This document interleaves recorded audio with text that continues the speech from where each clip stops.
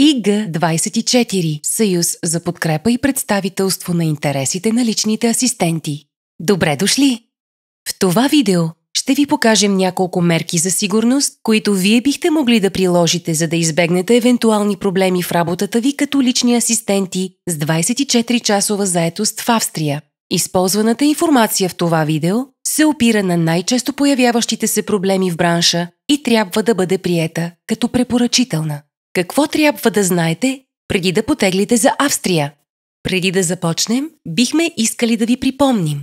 Работата в сектора на обгрижването на възрастни и болни хора представлява сфера, в която, както при всяка друга трудова сфера, трябва да бъдат спазвани определени стандарти, като прозрачност, яснота и справедливост. Не приемайте работа, за която не сте получили пълна информация за бъдещето ви работно място. Информирането започва още у дома. Превантивните мерки срещу експлоатация могат да бъдат взети още в родината ви. В това видео ще се спрем на следните теми. Как да се подготвите за търсене на работа? Кои дейности влизат в задълженията на личните асистенти със заетост 24 часа? Кои са важните контакти, които трябва да знаете при работа в Австрия? Да разгледаме всичко това едно по едно. Как да се подготвите за търсене на работа? Препоръчваме 4 важни стъпки, които трябва да следвате преди подписването на договора с посредническата агенция, лицето, което ще обгрижвате, или неговите роднини.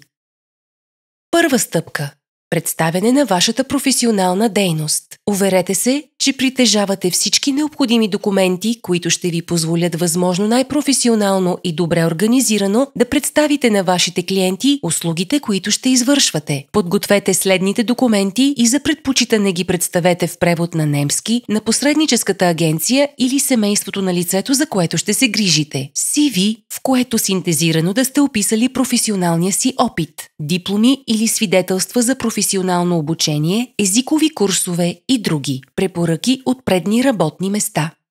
Ако е налично, доказателство за право на дейност като самонаето лице в Австрия – Gewerbeschein. Втора стъпка – избор на партньор по договора.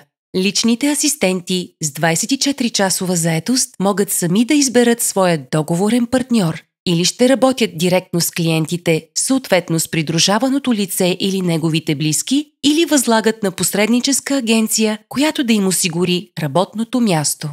Сътрудничество с клиентите. Ако работите директно с обгрижваното лице или с неговото семейство, подпишете само един договор, този за обслужване на лицето, Den Betreuungsvertrag. Клиентът е длъжен да ви съобщи цялата информация относно настаняването, прехраната, транспорта, таксите, както и да ви даде информация за здравословното състояние на лицето, за което ще се грижите. Опитайте възможно най-ясно да представите условията, при които желаете да работите. Колко висок е желаният от вас хонорар?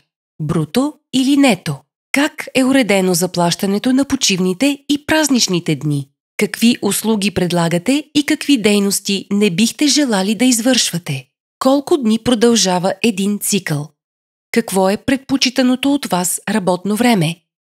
Как се разпределят почивката и готовност за нощно дежурство, както и свободните дни? Какви са условията за настаняване и изхранване? Как е организиран транспортът между родината ви и Австрия и как е уредено плащането му? Как се извършва плащането на вноските за социално и здравно осигуряване на личните асистенти? SVS Beiträge. Как е организирана смяната на персонала при завъртане на цикъла? Какво е предвидено да се прави при извънредни обстоятелства? При какви условия се прекратява съвместната работа между личните асистенти и клиента? Сътрудничество с посредническа агенция. Преди да възложите на посредническа агенция да ви търси работно място, трябва непременно да се уверите, че тази агенция е регистрирана и че дейността й е в рамките на закона. Ако агенция е регистрирана в Австрия, можете да проверите фирмените данни в онлайн регистъра на Търговската камара на Австрия – ВКО. Когато се запознаете с всички детайли, в този случай ще подпишете 2 договора. Един с посредническата агенция, Der Organisationsvertrag, Vermittlungsvertrag, и друг с лицето, за което ще се грижите, или с неговото семейство, Der Betreuungsvertrag. ИГ-24 препоръчва: посредническа агенция, на която може да се има доверие, ще ви предостави предварително стандартните договори, с които работи, за да можете внимателно да се запознаете с тях. Не тръгвайте на път, без да знаете с абсолютна точност какви договори ще подпишете. За да се предпазите от бъдещи проблеми, изисквайте договорите винаги да са на двата езика, не само на немски и не само на вашия майчин език. Трета стъпка – договаряне и установяване на общите условия за бъдещето сътрудничество. В процеса на договарянето непременно трябва да бъде изяснена следната информация: данни за посредническата агенция и за лицето за контакт, име и фамилия, адрес, телефон, имейл и така нататък. Предложените от посредническата агенция услуги и свързаните с тях такси, наличието на обвързващо пълномощно в договора, Vollmacht, Inkasso-Vollmacht. ИГ-24 препоръчва да не бъдат подписвани пълномощни за агенциите. Ако все пак е необходимо за някаква дейност да се подпише пълномощно, вие бихте могли да ограничите действието му, като го сведете до няколко дни. Хонорарът, бруто или нето. За личните асистенти, начинът на плащане, кеш или банков превод и датата, на който той трябва да бъде изплатен от семейството на обгрижваното лице или от посредническата агенция. ИГ-24 препоръчва хонорарът да бъде изплатен директно на личния асистент от семейството или от обгрижваното лице. Плащането на вноските за социално и здравно осигуряване, СФОС Байтреге. Организацията и плащането на транспорта до и от работното място. Внимание! Транспортните фирми са законово задължени да ви издадат билет, фактура или някакъв друг финансов документ. Включването на застраховка, гражданска отговорност в договора. Клаузи, които да уреждат прекратяването на договора и уточняване на срока за напускане. Други препоръки. Преговаряйте при уточняването на съдържанието на договорите, преди да ги подпишете. Условията на работа трябва винаги да са договорени в писмен вид, по имейл, месенджер или WhatsApp, за да имате категорични доказателства, ако в бъдеще възникнат някакви проблеми. Отбележете си клаузите в договора, които не разбирате или с които не сте съгласни. Вие имате право да проверите договорите също и с помощта на адвокат или правен експерт. Ако в договора има условия, с които не сте съгласни, помолете те да бъдат променени или отстранени от договора преди да го подпишете. Не подписвайте договор, ако не разбирате съдържанието му или не разполагате с време, за да го прочетете. Не се подписвайте на празни листове. Четвърта стъпка – проверка. Преди да напуснете вашата страна, проверете дали не сте забравили нещо по следните точки: данните за контакт с посредническата агенция или със семейството на лицето, за което ще се грижите, данните за контакт и общата информация за местоработата ви, име и фамилия на лицето, за което ще се грижите или на неговото семейство, телефонен номер и имейл, селище, пощенски код и провинция, където ще работите. Как ще стигнете до там? Копие на паспорта, копие на разрешението за работа, Gewerbeschein, пари в брой за евентуални непредвидени случаи.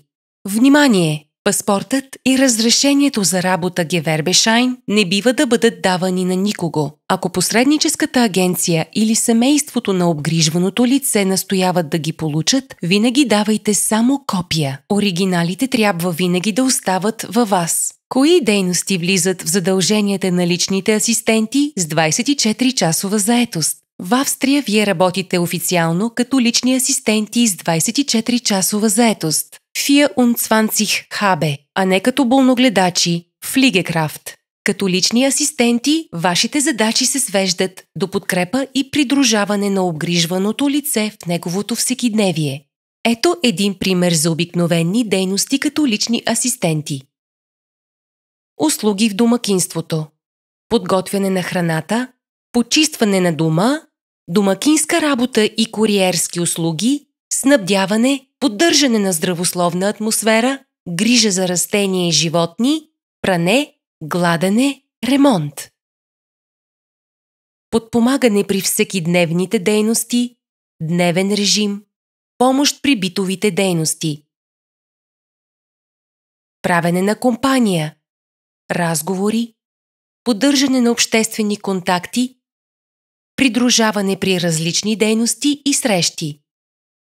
Практическа подготовка на обгрижваното лице за смяна на местонахождението, например за отпуска или постъпване в болница, събиране на багажа и подреждането му в куфарите. Водете си дневник, в който да записвате всички дейности, които сте извършвали за обгрижваното лице. Пазете касовите бележки и фактури в продължение на 2 години. Ето няколко примери за болногледаческа дейност, която имате право да извършвате, ако няма медицински причини, които да я възпрепятстват.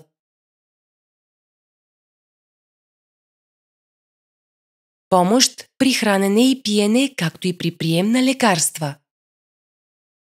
Помощ при поддържане хигиената на тялото.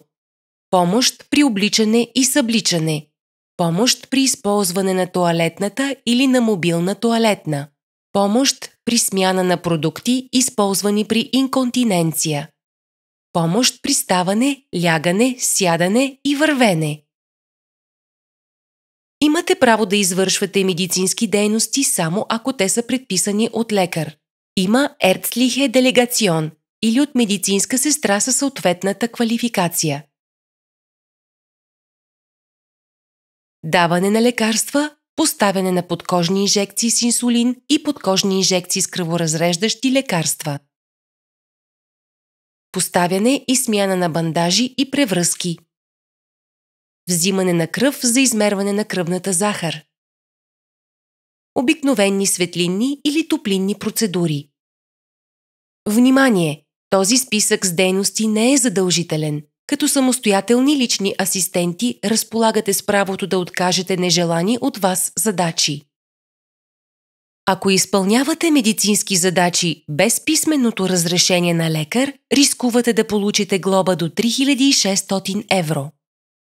Партньори в Австрия. При въпроси, необходимост от консултация и нужда от помощ се обръщайте към следните сдружения и институции. ИГ24 – Съюз за подкрепа и представителство на интересите на личните асистенти. Курафеер – консултации за личните асистенти. ВКО – Търговската камара на Австрия. СФОС – Социален осигурителен институт за самонаетите лица. Нотрuf Nummern in Österreich. Важни телефонни номера в Австрия.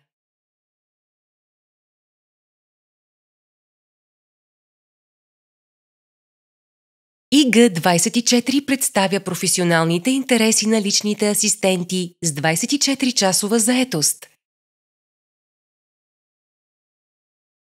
Намерете ни на нашия сайт www.ig24.at или на контакт ig24.at. Това видео е част от проекта «Нашата работа – нашите права». Реализирано е с финансовата помощ от средствата на Фонда за дигитализиране 4.0 на АК Виин.